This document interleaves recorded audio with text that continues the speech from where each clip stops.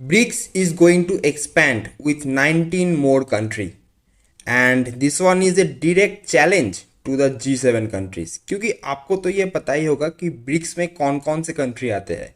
यहाँ पे ब्राज़ील है, यहाँ पे रशिया है, India, China and south Africa. तो इन सबको मिला के होता है ब्रिक्स। और जब ब्रिक्स अपना एक्सपेंशन के बारे में सोचेगा, अपना एक्सपेंशन करेगा और भी कंट्रीज यहाँ पे ज्वाइन होगा, तो इससे तो वेस्टर्न पीपल को तो प्रॉब्लम होगा ही। तो सब कुछ मिला के हम डिस्कस करेंगे आज के इस वीडियो में, क्योंकि ये वाला वीडियो ना हमारे Indian geopolitics point of view से, Indian economic point of view से बहुत इंपॉर्टेंट है। तो सब कुछ डिस्कस करेंगे हम आज के इस वीडियो पे। So hello guys, welcome to our channel chart decoder and if you are new to our channel then subscribe now for more such interesting content, क्योंकि हम geopolitics, economics, stock market and Indian affairs के ऊपर videos लाते ही रहते हैं। तो चलिए शुरू करते हैं।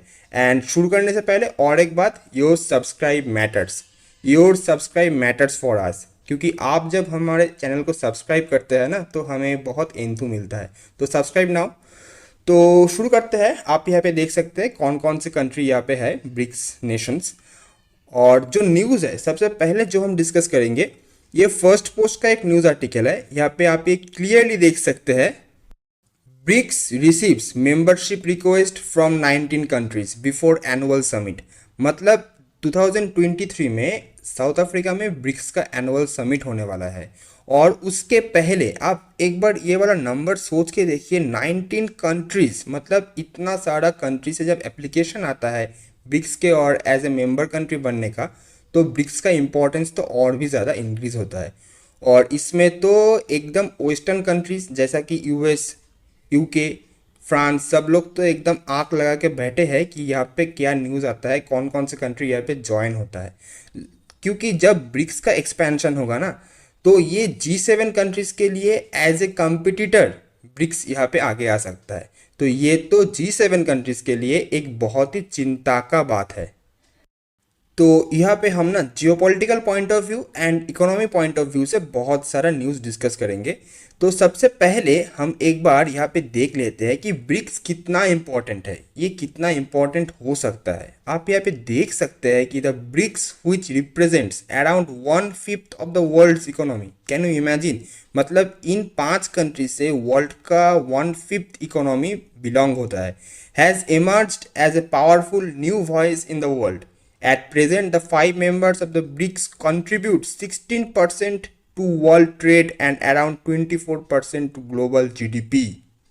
मतलब आप इसको एक बार सोच के देखिए कि 24% ऑफ ग्लोबल जीडीपी, मतलब 1/4 of global GDP and 16% of world trade, ये एक बहुत बड़ा आंकड़ा होता है।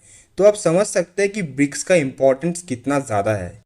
तो इसके बाद हम जो डिस्कस करने जा रहे हैं वो है NDV versus IMF and WB. NDV मतलब न्यू डेवलपमेंट बैंक, मतलब ब्रिक्स के अंदर जो बैंक आता है ना उसको बोलते हैं न्यू डेवलपमेंट बैंक।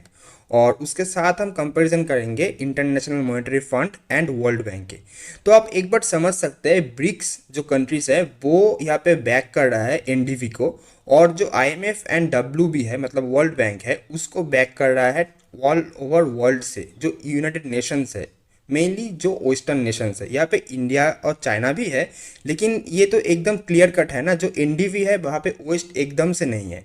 तो आप समझ सकते हैं NDB as a competitor of IMF and WB यहाँ पे तो सामने आ ही सकता है, और आ चुका है, आ सकता नहीं है, आ चुका है। क्योंकि अभी एनडीवी भी वर्ल्ड वाइड बहुत ही कम रेट पे देशों को लोन्स प्रोवाइड कर रहा है इन टाइम ऑफ नीड। मतलब जिस देश जो डेवलपमेंट हो रहा है, जहाँ पे डेवलपिंग कंट्री है, उन वाले देश को एनडीबी भी अभी आईएमएफ और वर्ल्ड बैंक के तरह लोन्स प्रोवाइड कर रहा है एट ए लो इंटरेस्ट प्राइस।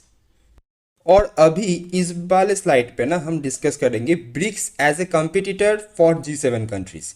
तो आप यहाँ पे देख सकते हैं, ये यूएन का सोर्स का एक डेटा है। यहाँ पे क्लियरली मेंशन है कि ब्रिक्स एंड G7 2009 में जब combined shares of global GDP, आप यहाँ पे देख सकते हैं 2009 में सबसे पहले था ब्रिक्स कंट्री के पास 16% और G7 कंट्रीज के पास था 52%। वो अभी जाके 2023 में हुआ है 27%। कहाँ पे, ब्रिक्स कंट्री के पास, और जो G7 है उनके पास है 41%। मतलब सामने ये जो ब्रिक्स का जो इंक्रीज है, परसेंटेज इंक्रीज है, ये तो और भी होने वाला है। उसके बाद combined share of global GDP भी आप सेम देख सकते हैं, यहाँ पे 36%, और जो G7 है उनके पास है 27%।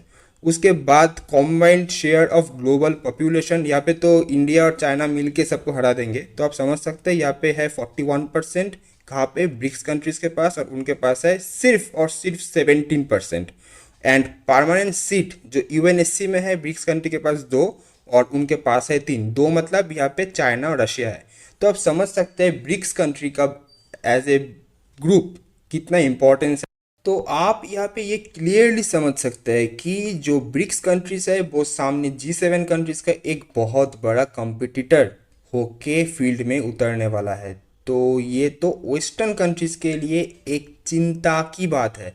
तो आप समझ सकते हैं अभी तो वेस्ट भी शायद हमारे देश के ऊपर इसके रिगार्डिंग कोई प्रेशर क्रिएट करना शुरू कर देगा।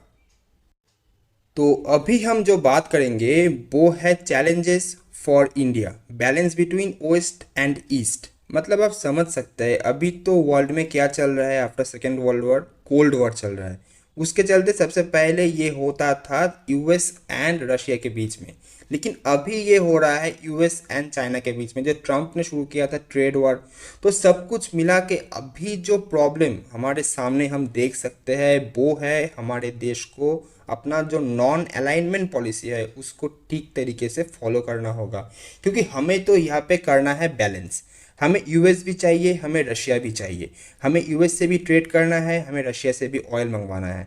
तो हम ब्रिक्स को भी छोड़ नहीं सकते, और हमें चाइना का भी तो हेल्प चाहिए ना, क्योंकि आप देख सकते हैं China is the second biggest trade partner of India. तो आप समझ सकते हैं कि अभी चाइना का इम्पोर्टेंस कितना है।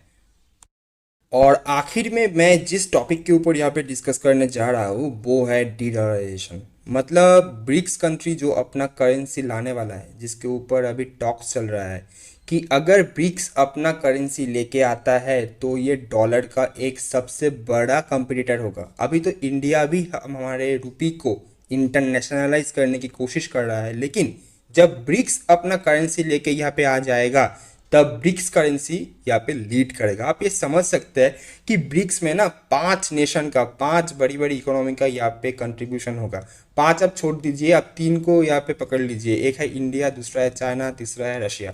ये 3 कंट्री का जब यहाँ पे एक फोर्स आप देख सकते हैं, मिली भगत का जो फोर्स है, इसको तो भाई डॉलर को भी झेलना पड़ेगा, क्योंकि डॉलर को यूएस ने जब एज ए वेपन यूज़ किया ना, तब वर्ल्ड डॉलर को रिप्लेस करना चाहा। और आज जो कुछ भी हो रहा है, आज वर्ल्ड वाइड डॉलर को रिप्लेस करने की कोशिश कर रहा है सभी देश, लगभग सभी देश, और डॉलर का एक ऑल्टरनेटिव सभी देश यहाँ पे ढूंढ रहा है। तो ब्रिक्स अगर डॉलर का एक ऑल्टरनेटिव यहाँ पे लेके आ जाए तो आप ये समझ सकते हैं कि डॉलर का तो टाटा बाय बाय, और ब्रिक्स इज़ द फ्यूचर। तो सामने जो भी कुछ यहाँ पे अपडेट आ जाएगा हम सब कुछ आपके साथ डिस्कस करेंगे। And thanks for watching, and if you like this video then don't forget to like, share and subscribe to Chart Decoder। मिलते हैं नेक्स्ट वीडियो पे।